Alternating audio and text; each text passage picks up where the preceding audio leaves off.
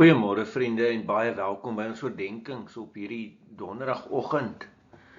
Ons is besig met Lukas 7 en ons is eintlik op pad na 'n volgende verhaal toe. Maar soos ek dit lees, het ek hierdie een vers gelees wat my eintlik verskriklik laat dink het. En terwyl dit nie die kern van die verhaal is nie, en by die kern van die verhaal gaan ons nog aankom. Maar hoor gou hierdie vers 36. Een van die Fariseërs het hom genooi om by hom te kom eet. Hy het die Fariseër se huis binne gegaan en vir ete aangeleen. Vriende, onthou dat een van die groot klagtes teen Jesus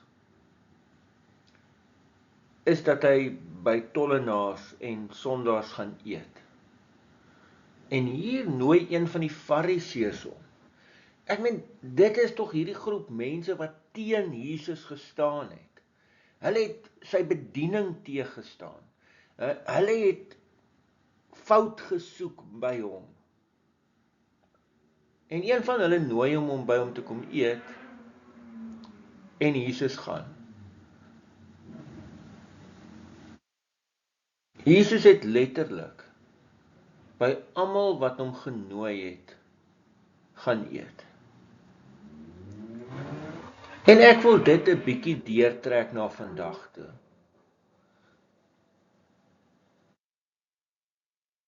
Ek is bang dat ons leef in 'n samelewing, of nie bang nie, ek dink dit is in elk geval so, dat ons leef in 'n samelewing waar ons mekaar bitter min nooi vir ete. Mense vereensaam rondom ons. Ons vereensaam in ons huise. En ons kom nie meer by mekaar nie. Ek het 'n beginsel besluit geneem. En ek wil jou uitdaag om dieselfde te doen.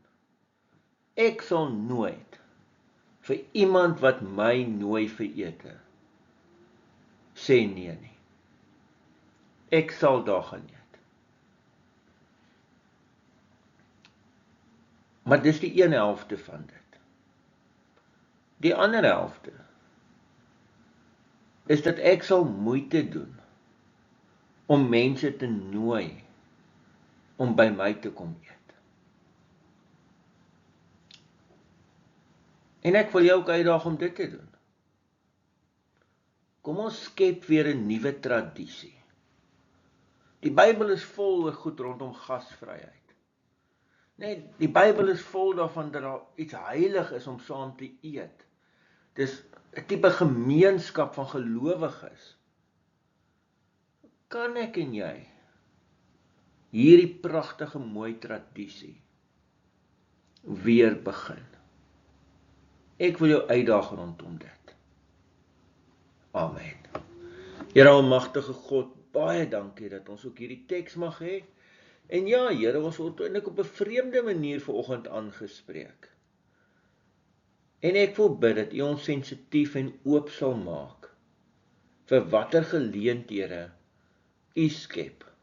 En ook watter geleenthede daar is wat ons eintlik maar laat verbygaan by ons. Ons bid dit in die naam van ons Here Jesus Christus. Amen.